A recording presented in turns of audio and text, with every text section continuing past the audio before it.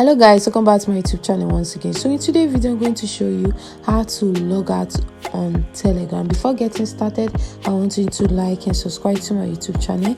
Let's get started. So what you have to do is for you to go over to the setting and go over to edit. You're going to see it at the right corner, the upside, and go over to it. And over to edit, here is your profile side. So you just have to scroll down and you're going to see log out. So let me go over to log out, and you're going to see add another account, set a passcode and others.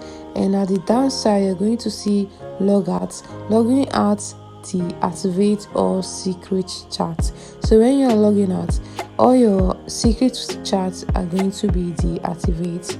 So let me go over to log out. You can see it here. Let me read it out. This will cancel all your secret chats. You can use Telegram on all devices at once and use several accounts in the same app. So what you just have to do is for you to go over to OK, and you will be logged out from your Telegram. So guys, this is the end of this video. I want you to like and subscribe to my YouTube channel, and see you next time. Bye.